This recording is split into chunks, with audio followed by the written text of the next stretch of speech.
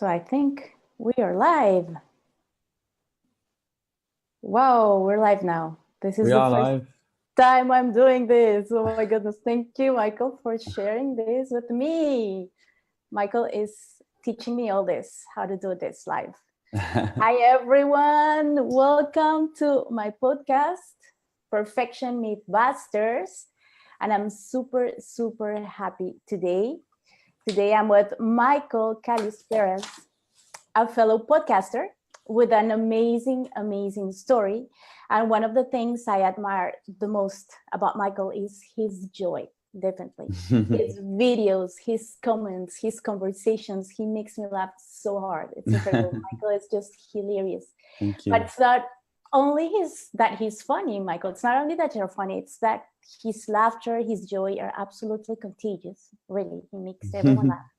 And it's adorable, but it's the fact that he keeps his laughter in the midst of adversity, really. He lives, like he uses his laughter and his joy in the midst of what may seem as an unbearable chaos. And he uses his joy as his fuel to figure things out, to create, to have new ideas, and to learn incredible lessons. And that's why I'm so, so happy to have him here with us. Michael, bienvenido, welcome. Thank you very much. Really appreciate it.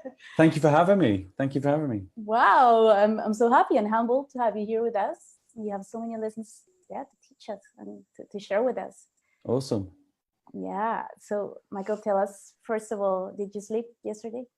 Yes, I slept. Yes, I actually went to an event last night and we're up till quite late. But no, I slept well.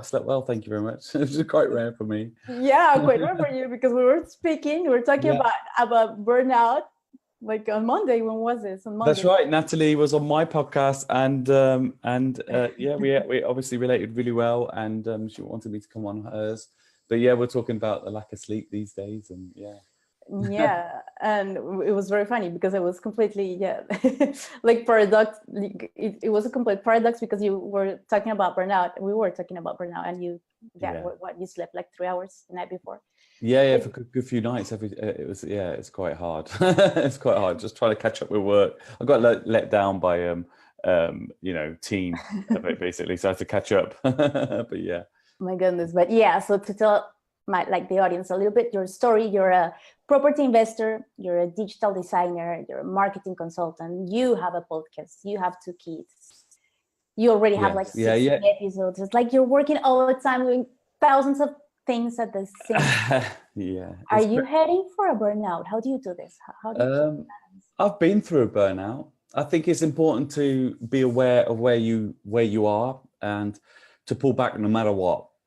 So if you feel like you're going to have a burnout, you need to pull back. And it doesn't matter who you're working for. It's not worth it because stress can cause heart attacks and so on. And people literally die over this sort of stuff. And it's not to be laughed at. It really is serious stuff. I mean, I know people that have died very young, and I can guarantee a lot of it has been anxiety and stress, and that doesn't help at all. And depression, suicide, etc., all that's all linked. And I think it's really important that people know how their feelings are and to be open with them. I'm very the sort of person that likes to be open with their feelings. I'm very connected in that sense. I don't shy away from it, but equally so, there are times where I withdraw, and that's the dangerous point that a lot of people do as well. And it's whether you withdraw and then you can't share. So depression and burnout and stress and anxiety, they're all linked in many ways. And I think it's really important for us to be aware of our feelings, how we are, where we are, and to act, accordingly. Because if you don't, the problem is you can really end up deep down into, basically severe depression. I mean, I've been there myself when my son was made disabled, and there was a point when I had such burnout when I was trying to juggle work and be a full-time carer for my son. And at that time we had no carers at all. So it was like literally throughout the night as well. He's severely disabled and he's 24 hours care. And and that was just like, I don't know how we managed, to be honest with you. I really don't know, because it was like many months of no support, and it was just us with barely any sleep, an hour here, 2 hours there. It was just impossible, and yet I still had to try and work. And I had burnout. I had to pull away from work. I remember when I was helping out in my brother's shop, and literally they were short staffed, and I went and I was helping out, and I'll never forget. I literally broke down in the staff toilets. I literally collapsed, and I started to cry. And as a guy, guys don't cry, rarely, and I didn't back then. And I just collapsed because I couldn't cope, but I didn't want to let anyone down. Wanted to help them out and so on. And it was really hard because obviously it was fresh and new. And I had complete burnout, and I couldn't get out of bed, the day after and so on. I just like wanted to stay in bed. I just felt paralyzed, literally.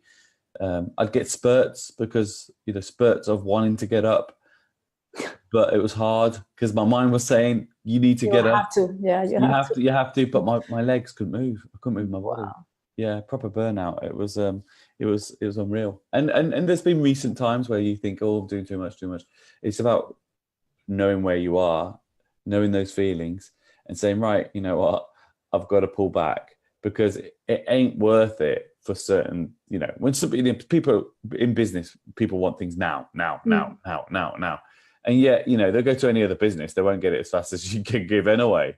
But and many times they want it now, but they don't even express fully what they want. There's like, that's the problem with a lot of businesses, a lot of back and forth. And that can create tension and stress and so on. And so it's important to sort of, be professional, but also know that your health is key and really important. Yeah, because that's the message to try to spread with your podcast. Yeah, like to keep balance, to like to do professional, but keep that balance and that awareness of definitely really important, because I mean, the reality is people don't realize how stressed they are. They might feel a bit of anxiety, and they might feel there's a lot going on, but they don't realize until it's like hit them really hard. It's I know. it can happen. Well, you've been through it yourself as well, which is why you're doing this brilliant podcast, and you're an amazing host. And I think it's needed. This sort of thing is the sort of thing people don't talk about. They're too embarrassed or can't talk about this. It's not professional. I know.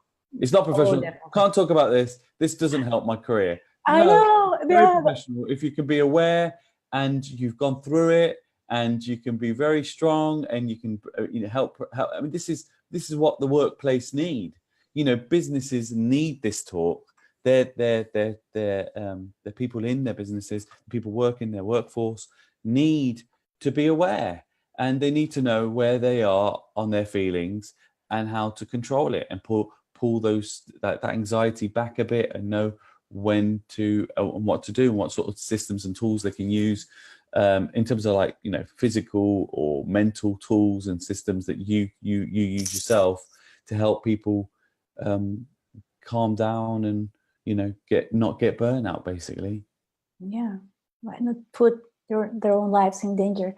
So how did you stop? I mean, you had this you broke. Yeah, it sounds strange. I kind of stopped because I literally had to go through it. That was the number one. I had to go through it because my body was telling me, you need to relax. That's what it was. I mean, pretty much burnout is stress. Stress is because you're putting a lot of tension, and it's like going to the gym constantly. Your body needs to relax for the muscles to grow. You need to stop stressing the muscles for the muscles to grow. And so at the end of the day, if you're having burnout, that's key for you to just relax, calm down a little bit, and then you will grow. Okay, so it's actually going to help you. So it's important. It's important that you pull back and say, right, okay, at this moment in my career or my time or my life or whatever it is, relationships, wherever you are, the burnout's there. I need to pull back now and it's going to help the relationship, the business, whatever, you know, your burnout is on. It's going to help it after you've relaxed, you know, but it's not going to help you stressing about it. And your business, the same thing, you know, most stress comes out through financial hardship or that, so that's the business side. And that can actually relate with the personal side, because obviously can't provide for family creates stresses, and you know, relationships can break down and so on. And so it's really important to educate your partners, to let them be aware. I didn't tell my wife anything. I was just literally having a breakdown. And then, you know, and I couldn't, because I was trying to be strong for her. I know. Very hard. Yeah. And it's this vicious circle. Yes. Yeah. People don't realize that's exactly it. It is a vicious circle, because like you feel bad, you know, so you got to get out of bed, and you might be able to, at the beginning stages, you might be able to get out and do stuff, because you've got that willpower, the love for your family. But people have a breakdown, not through lack of love, through selfishness. They have a breakdown or burnout because they're literally burnt out. They need to relax. That's the key. But like I said, there's a stigma to it, and people are afraid to say they've had depression, or they've had a burnout, or they get anxiety, because it could work, you know. But the truth is, there's some very, very, very top people in the world in business that have all those things. Yeah, I know. The toughest are the ones that have those CEOs and everyone. They're going through that exactly themselves. And so it's very normal. This stuff's normal. It's just not normal for most people to talk about it. I think people should talk about it more. Not dwell on it. I think it's really key not to dwell on it, because I believe you create it as well by dwelling on it. But I think you need to go by your feelings. If your feelings are feeling a certain way, not your mind. If you're feeling burnout, if you physically can't move your body, right, because you're, you know, obviously it's your mind telling you that, but obviously you're in burnout. But you really need to take heed of that and listen to it. And the thing is, a lot of us don't. And it can, you know, I've had really depressive thoughts, you know, the worst kind, you know, and I never thought I would have those thoughts.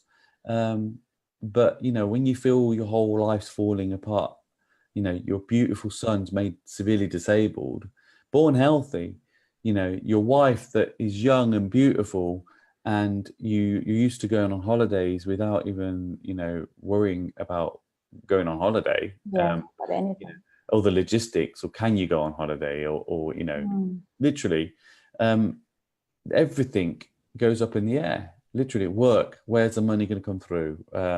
You know, how the other siblings dealing with it.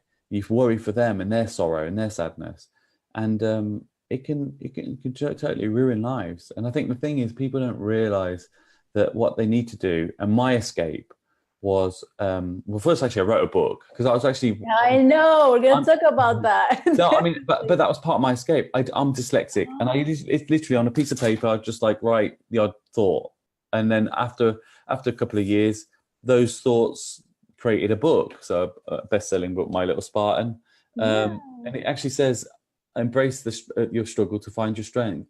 That's the title, and that's the key. That's the key. I think you've got to embrace it. So if you are feeling burnout and you are feeling stressed, you need to embrace the fact that you feel, be aware of it, basically, embrace it, accept it. Don't be ashamed. That's the key thing, you know, accept it. Sometimes you need to actually ask for help, because sometimes people can't read your mind, you know. You know, people are proud.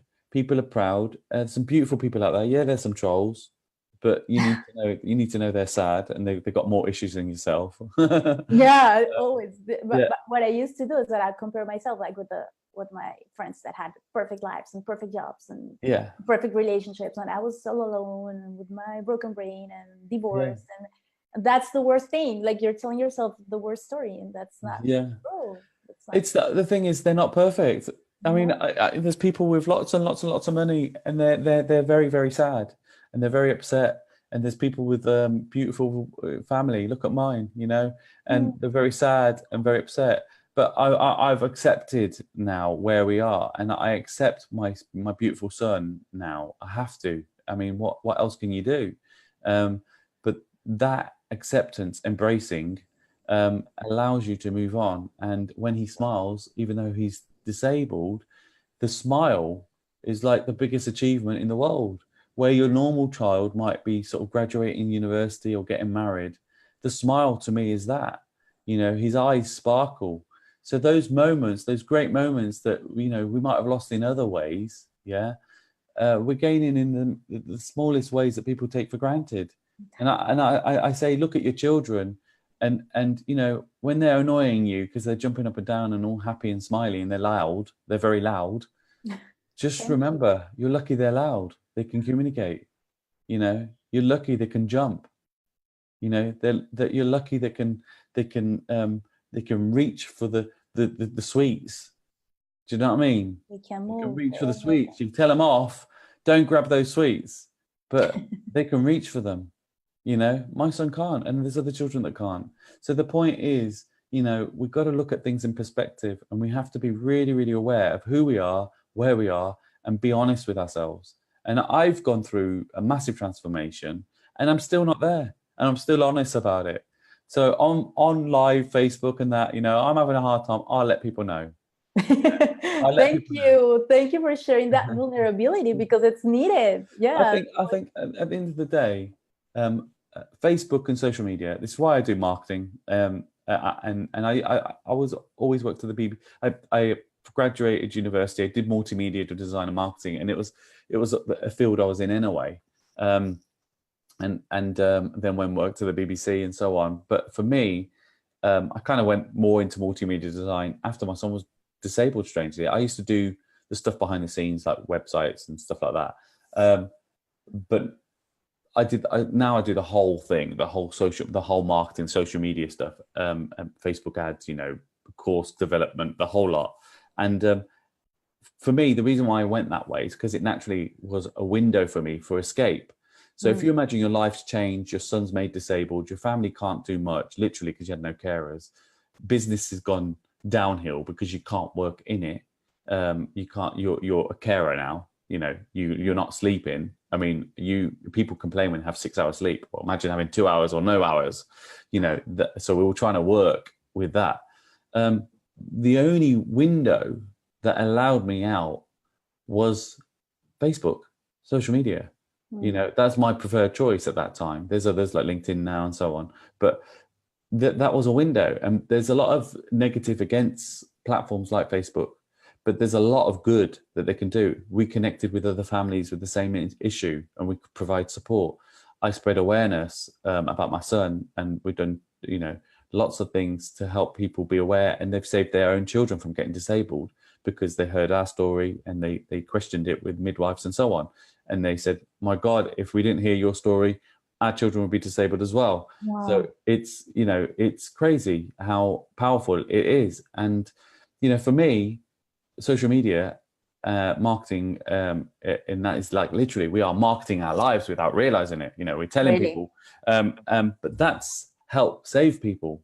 And for me, no matter how much trolls you get or keyboard warriors you get, that's more powerful than how I feel that someone says, you know, anything negative, you know, because that's more important. But that window, literally, of the computer window, you know, the window into social media was our window of freedom. So we were trapped in our homes, literally trapped in our homes. And so that's how I kind of got into it. But how I got out of it was through social media. And then I connected with other people, and I found a niche, which was property. So it's always been marketing, but I found a niche which was property, and I did quite well using my marketing skills through marketing property and finding good deals and so on. I've been interviewed in terms of my property journey as well, doing quite well in a short period of time. But for me, property was a vehicle. It's not something I want. I'm not one of these people that wants to have 1,000 properties. Like a lot of friends I know have got a lot of properties. You know, I've kept it to a small portfolio. You know, so I've got a portfolio of 5 properties that I rent out, and I've kept it to that. And I might get 1 or 2 when I choose to, but at the minute, that's what I want to stick to. I don't want to keep to a lot. And that took a lot of work. I didn't have a lot of money to do all this. This is like clever investing, and I've put money in my education. So, you know, social media massively helped me in that aspect. Wow. But because that was what I wanted to ask you, like you were not afraid of putting yourself out there, like exposing yourself, your reality, maybe your son's life, like your private life, like. Yeah, I was. And then I saw the greater good. And this is the thing people miss.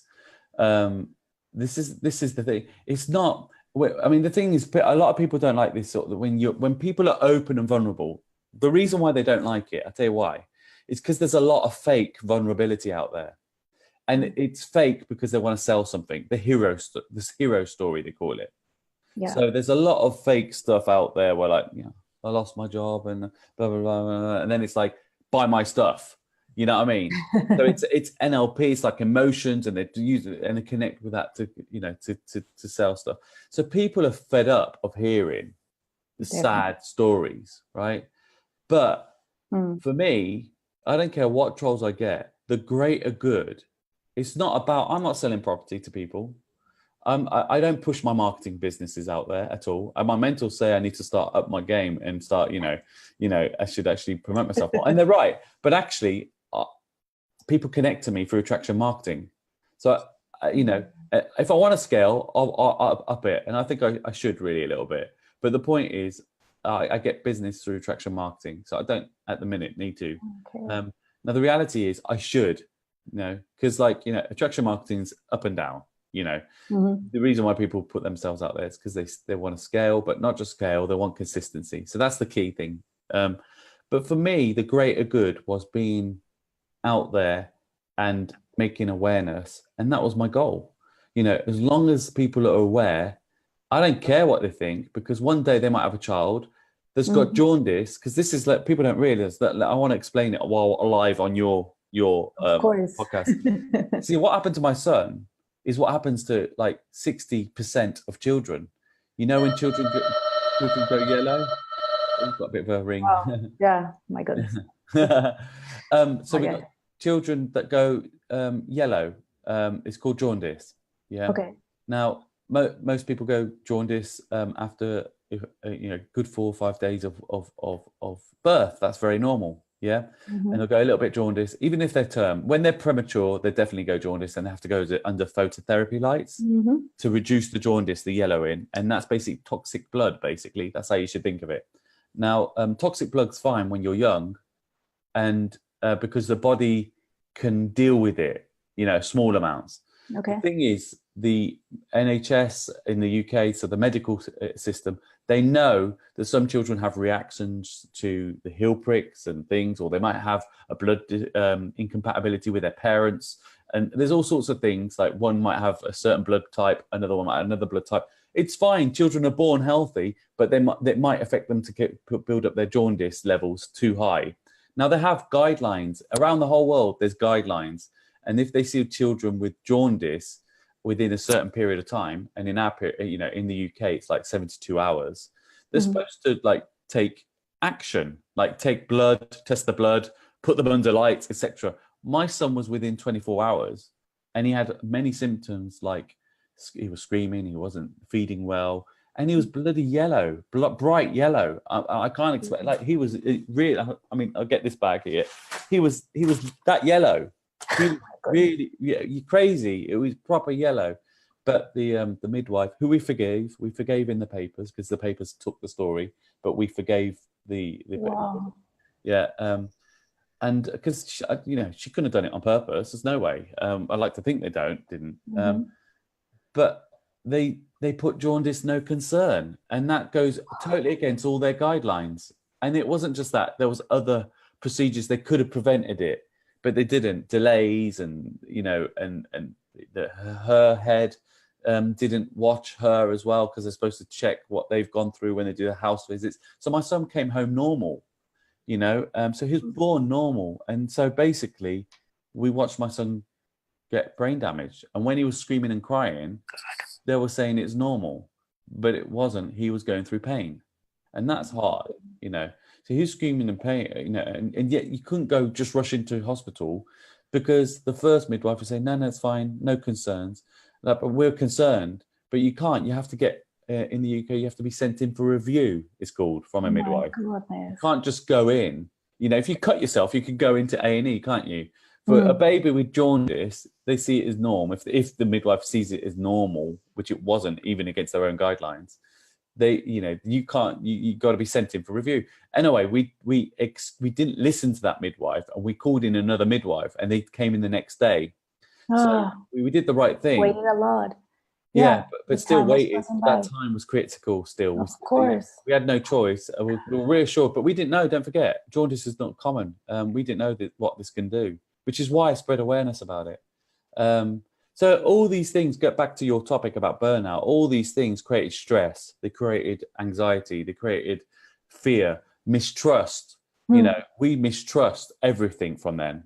Notes went missing. Things went, you know, we didn't trust them. We didn't trust the NHS and the medical system.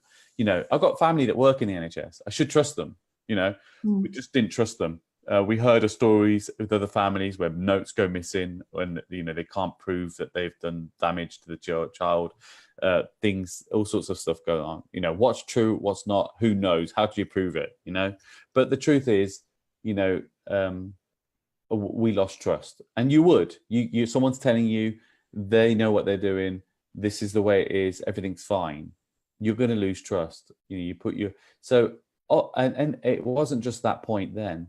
There was points when my son was made severely disabled, and then here you go. Here's your medication for my son. So he has lots of medication, and he's allergic to certain drugs. Yeah, certain chemicals in drugs, and they'll still prescribe you with medication. Yeah, and yet, like, so we've become the doctors. Even now, when he's ill, and I try and put him on some. Yeah, you don't trust them, of course. Do you know he's allergic to this, and this?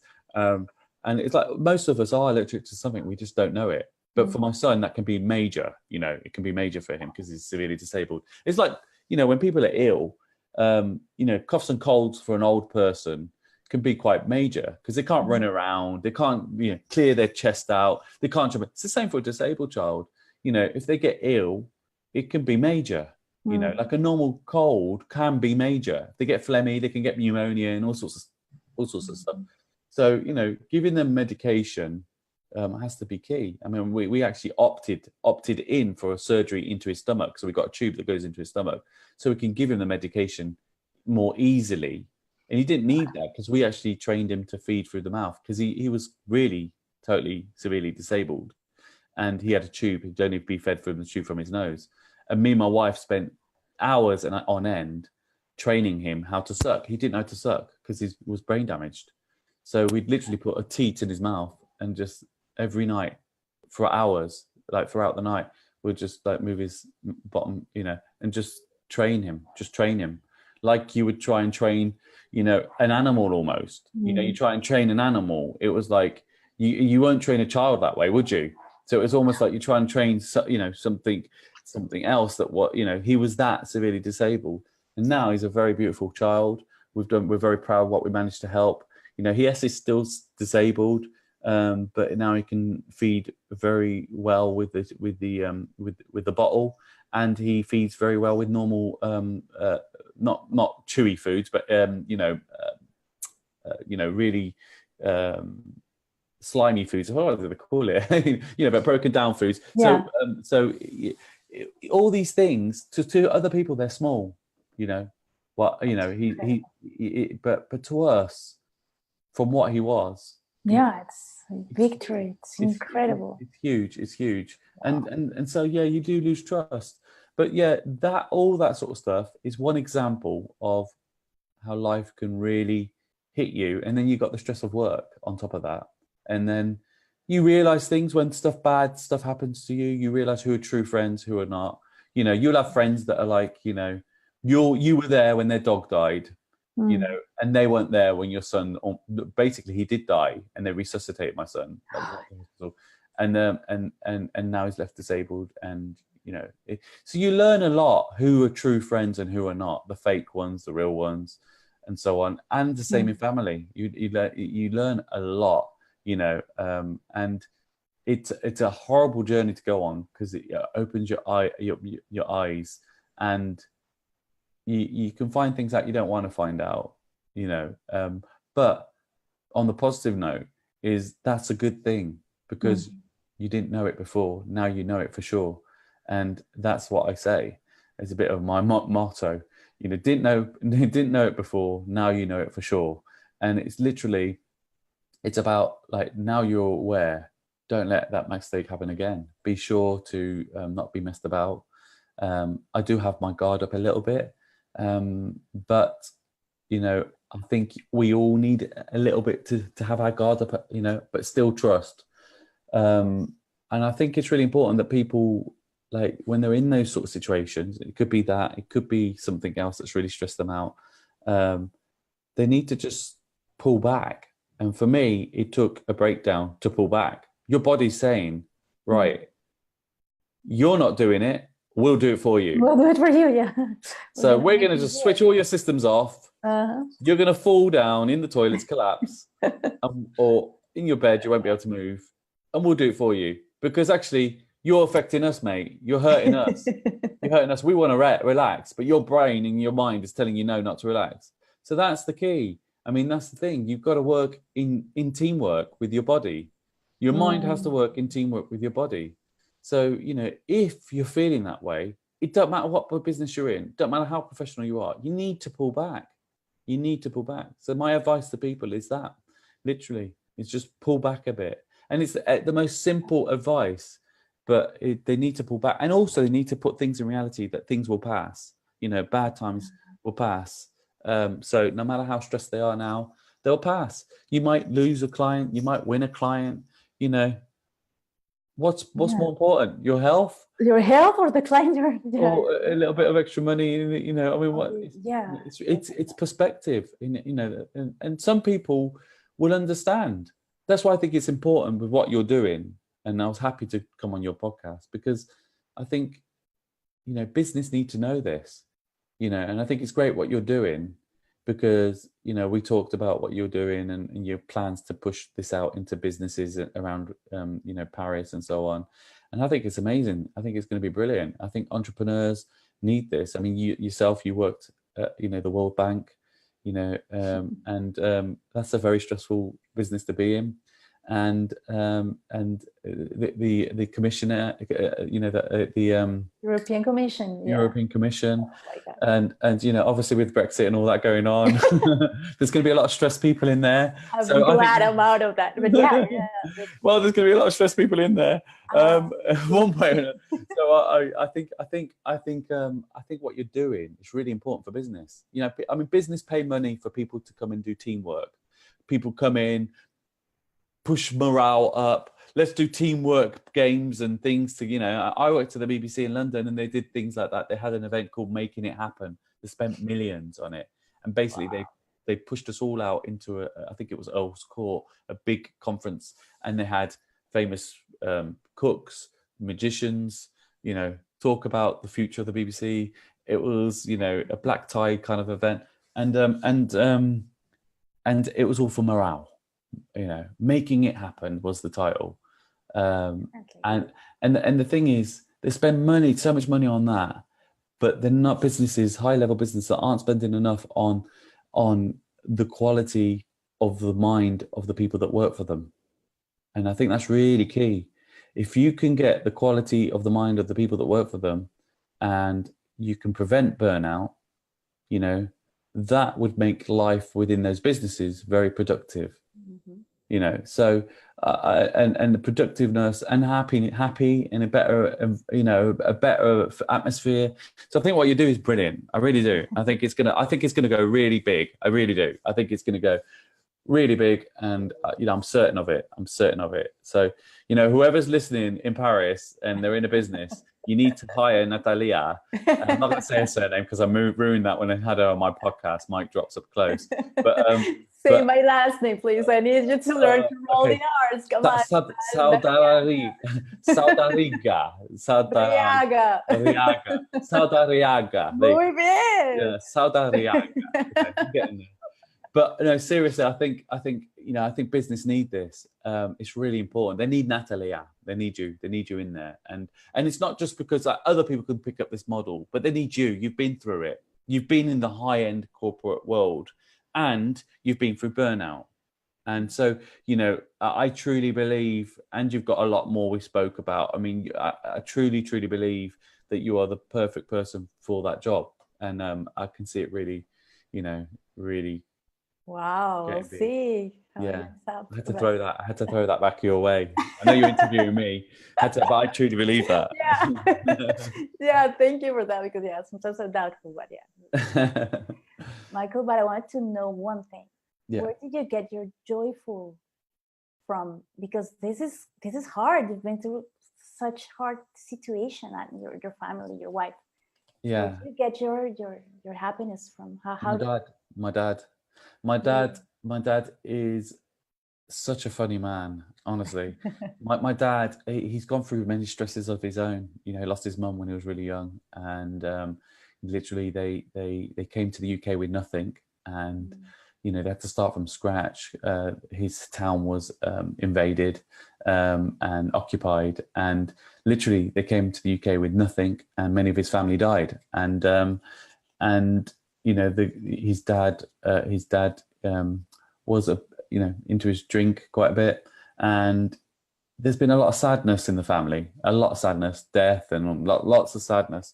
But the one thing is my dad kept on keeping was a smile. His bad jokes were there, which we love.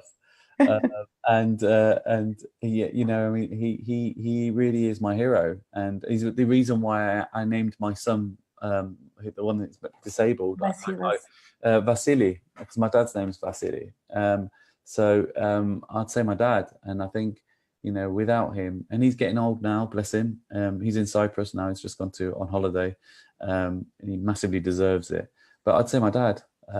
No doubt, no question, and no thoughts in that. My dad, he's got this silly, childish humor, but can be a serious businessman, and he's done very well from nothing, and he's had to deal. And the other thing is, and it's kind of my Achilles heel, he's always helped people in family. They've had problems, they've helped them out, and and strangers, and he's helped them out, and I've done a similar thing. But it can be an Achilles heel, because you find yourself helping out, your energy goes too much, and it can drain you, not just on resources, on your energy, but it's in us. We can't help it. It's kind of who we are. We like to help, and it's in our core. I just can't help it. So I blame my dad.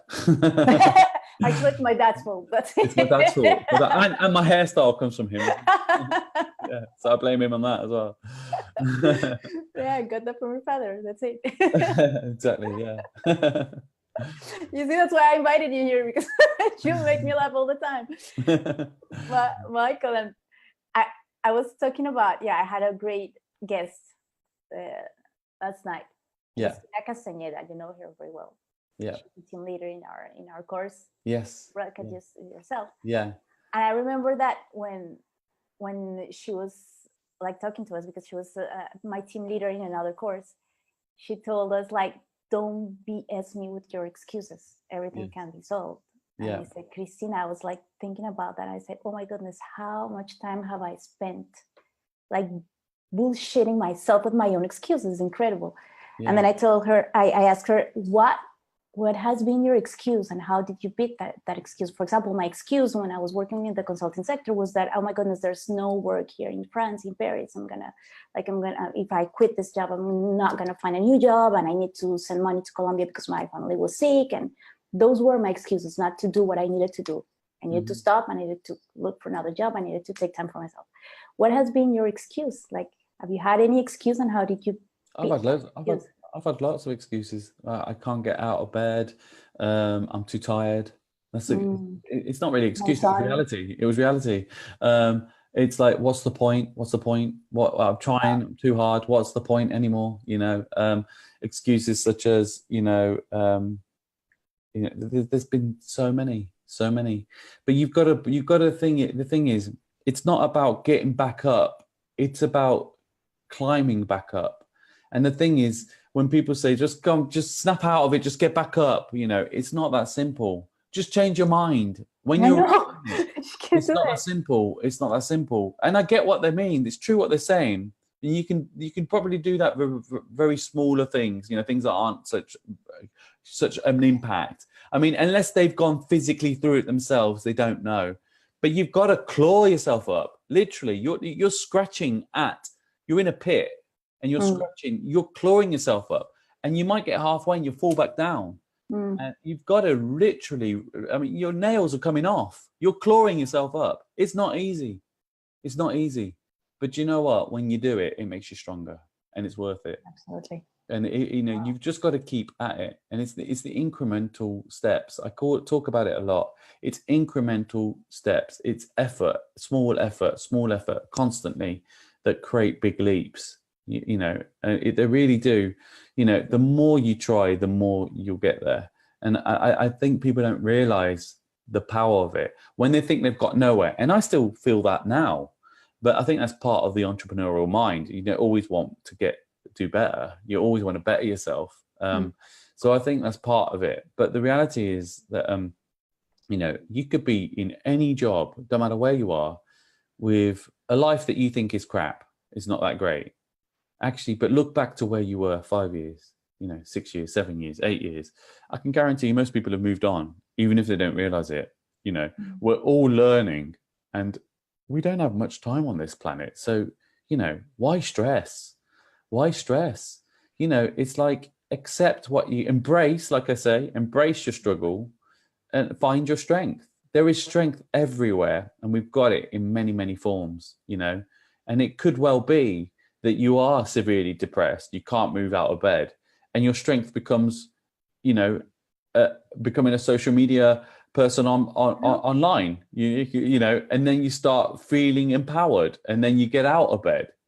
There's a way to embrace the strength, and I mean, I was gonna say that you will make excuses, but there's no excuses. I met a guy the other day. He delivered a parcel. And he goes, "Oh, wow, really like your area here. It's really nice." And I was like, "Okay, thank you. We've had to move here since my son was made disabled." He goes, "Yeah, my son died about 6 years ago." And I was like, "All right, well, what happened?" "Car crash." And he had a smile on himself. I'm thinking, he's smiling. He said, "Car crash." Why he's smiling? That was a bit weird. But he goes, "You know what? I learned a lot. I learned a lot from life. And my son just passed his test. And he wrote his car off, and he was probably being a bit silly. No one else got hurt. Hit a pole, and he died. And it was really traumatic. But I've got very fond memories of him. And one day I'll meet him, and all this. And he had the right person. He had the right mindset. He had the right mindset. The guy was like embracing it, and like And we talked about, being born is bloody rare, So he witnessed his son for a short period of time. Yeah. He got 17 years, not a short period of time, and although it was traumatic, and he gets sad, he could put a smile on it and just say, guy was crazy. He was like this, he was like that, and we connected and related massively. And it was a beautiful moment. And we gave each other a hug. It's like, this guy's like works for like the UPS. And like after a bit of a conversation, we gave each other a hug. And I know it made his day as well as it made mine. Definitely. And just a simple conversation that just kind of like randomly spurred into another one. You don't know what's going on behind people's, behind those eyes. You don't know what's going on.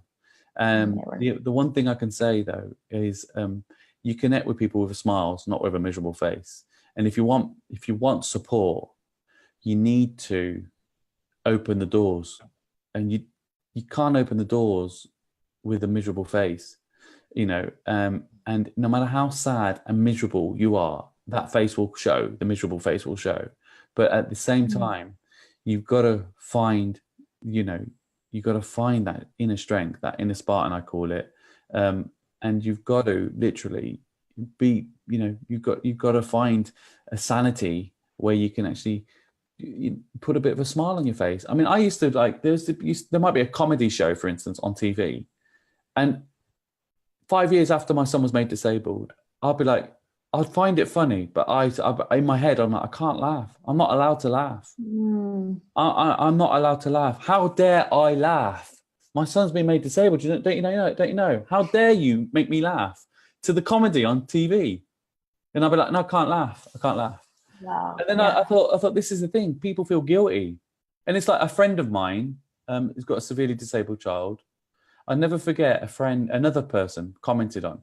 She had a carer with her in the church, and the friend goes, "What I don't understand is why isn't the mum always with the child? It's the carer always with the child." And I said to my wife, "They obviously don't know, because like they're not in their family lives. Like no, they're not in the family life. Yeah, when you go out, you got other children. Like this woman's got, she's with the other children. It's like, how can she? What's the point of having the carer if they're with the child constantly, and they need that break? You're their body, everything for the child. They need that break, and so people judge, and so it's really important that people realize what's going on behind, those eyes. And even smiley eyes, there's sadness, and behind sad eyes, there can be smiles, but they're scared to release it. They're scared to say it because they've had a hard time. I think we've all got to be a lot gentler on ourselves. We've got to forgive ourselves, forgive others, forgive ourselves, and we've got to, realize that the importance in anything in life is embracing whatever we're in, and trying to have as best a solution and deal with it as best as we can. There's no golden solution. There's just nothing. There's no perfect answer. There isn't. Everyone's going to be different. But one thing I can guarantee you is, no matter the pain, death, sadness, disability, whatever it is, loss of job, going bankrupt, loss of hair, you get through it. You get through it. At one stage, that was my biggest problem. I was skinny, and that losing my hair wasn't my biggest fear. Now I'm fat and bald. What's my now? The point is, it's like, do I care now? No, I don't. I don't care. Yeah, I would love to be a bit more healthier, and but the thing is, things will pass, and people forget that. I had a message from a friend last night, random, really random. I'll show you it. It was a beautiful message, really beautiful. I didn't expect it one bit. And he put it's from a friend called James O'Keefe, and he put, "Hope you're well, buddy. Hey, buddy, hope you're well. Just wanted to thank you for everything, mate. You are one solid guy. Hopefully I can return the favor for you one day.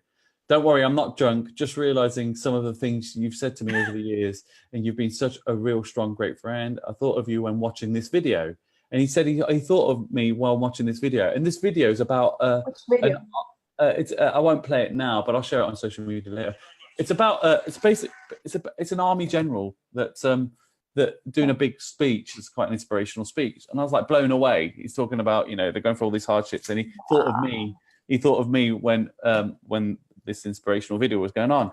That didn't mean anything for my ego in terms of like, wow, he's comparing me to this amazing general that's got like all these badges and that he's got through wars and he's giving a really beautiful speech. It was actually the fact that he thought of me, and I didn't really think much of like conversations with him. I'm just being me. I'll just give my conversations to a lot of people. But the fact is that that's your legacy. When you try and help people, that becomes your legacy. People remember you. And it's the same with the disability of my son. And the reason why I spread awareness is because, I want people to remember that. Because if they remember that, they remember the story. And the story is about saving lives. And that to me is above any ego, any money, anything. I don't want one family to go through what we've gone through, which is why we spread awareness. I don't want one family to go through sadness and feel like there's no hope. I don't want one family to feel like they've got no chance in ever getting an income that they deserve when they've got life that's hard, you know, because it's all possible. You know, I don't want people to feel that depression is not possible to get over and that they need drugs. I was on drugs for depression years ago, and it made me numb. It made me numb. I felt alien. They didn't help me. You know, well, I felt it helped me, but it didn't help me. You know, in the end, the best drug is you realizing where you are, embracing it. Acceptance is the best drug that you can have. Right? I was going to say friendship as well, but not everyone's got the friends around them when bad stuff happens, or they don't understand it. They've got their own stuff. People have got their own shit in their lives, you know. They might be like, oh, bad, that's so sorry. Have you heard of Michael's family? Got a disabled son. Oh, he's like, you know, and then they forget about it, which is fair enough. People got their own lives. People forget it. It's like sad for a moment, then they forget about it. You're in it constantly. But the truth is the power, the best, it's not a drug. What is a healer is forgiveness and acceptance. And if you can accept, no matter where you are, and forgiveness, you can get through a lot. So if you accept that your body's going through burnout, accept it. Yeah, forgive yourself. It works in everything. Forgive yourself for feeling like, oh, I can't go to work, or my relationship, I'm not communicating with my husband or my wife properly because I'm in burnout. I can't think straight, you know. Forgive yourself. You're human. This is normal. You're allowed to do that. You know, you're absolutely allowed to have a break. You know, we as a society, as humans, have put so much pressure on ourselves, you know, and the reality is we have to truly accept that we might be strong. And I talk about find my little Spartan with Spartans and all this kind of thing, finding the strength. But I don't really literally mean, you know, we have to be warriors. I'm talking about we just have to be realistic and accept that, you know, there'll be times when you have to fight, but there's times you're allowed to relax. And the times when you relax are just as important as the times you have to fight. And that's the key. People forget that, you know. So I'll have my moments where I have to relax, you know, and if I don't relax, my body will tell me I need to relax, and I'll have a breakdown or cut down or just fall asleep. Again, exactly. So I make it my mission to try and keep always in tune with that. That's the key thing. If that's a real long answer, but there you go. But wow, such a lesson. Yes, you're a warrior. You are. You're a happy warrior, and that's the whole idea of this. I think that's your uniqueness. I was gonna ask at the end, what is your uniqueness? What do you think it's your uniqueness? But for me, your joy. What do you think is your uniqueness? Yeah, my joy. I think it brings me back out of sadness. It's very easy to think negatively in when you're constantly in it. When you got, you know, when you're constantly in it, you know, it's really hard. So, you know, even when I have times when I'm down, I think in a bad way. I do bring myself back up. You know, I do it, and I do that through many different means. Some of it's networking, so actually just jumping into networks helps. It's very powerful. So like-minded individuals, you know, people that you know, love and respect. You know, last night literally I went to a party, a great amazing network guy. I actually had him on my podcast. He's got, like, you know, a massive network. It's one of the biggest networks in the UK. Brad Burton, and we had a laugh at a club, and him and a lot of people from the network were there, and we had a lot of fun. And that was like, you know, I felt guilty going, but then I thought, no, don't. And so this is the thing is, like, you know, you've got to realize why you feel guilty. You know, I'm not by my son. But no, you need to have that to be by your son, because if you don't have these balances, they help your heart. The heart needs to be warm. That's why people fall in love. The heart needs to be warm. It needs to connect, you know. And if you're not connecting with people, you know, you lose your soul almost. You lose that. It makes you sad, you know. And if you're not connecting, that can it's like the lubricant of life. It sounds wrong, but it's the lubricant of life. The networking for me, I'm a people person. I need to connect with people. I love people. I do. I really love people. I could I mean, this is why me doing mic drops up close as a podcast is another way of connecting with people. It's not just going to network. So for me, I just love connecting with people, and I think that's part of the power in healing yourself. You need to connect with people, and if you're having burnout, don't connect with people with burnout. That's key. Yeah. Wow, big lesson. That's yeah, a big one. Yeah, because it just drag you down. That's it. I mean, you want to support them. So after you come out of it, connect with people. So once you're out of burnout, connect with people because you want to support. Understandable. When you're in it, don't try and connect with people, burnout, and try and support each other where you're both in it, because you can't. You can't do it. It doesn't work. You have to come out of it first. Then you go and reach down and pull the people up. If you're down in the pit together, you just create a spiral of depression together. Mm-hmm. So for me, you can do it, but you have to get out of the pit first.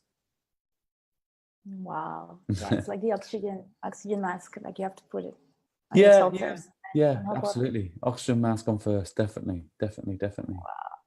Michael, thank you. Thank you for all these beautiful lessons you gave us. Thank you for your joy. Thank you. That's your uniqueness, definitely. Thank you. And where can people find you?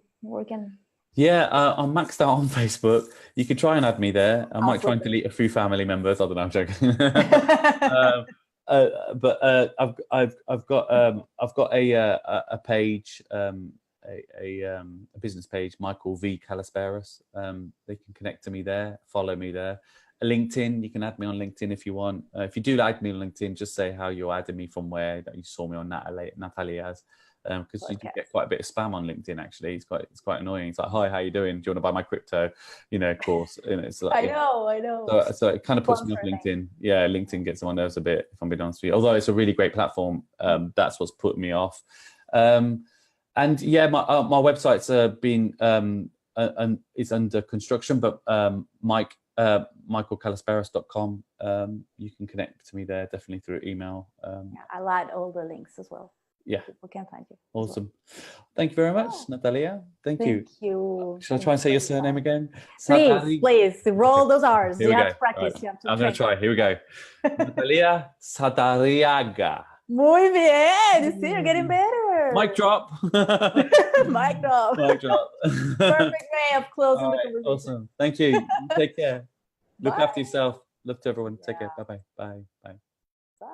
I don't know how to stop this. Okay.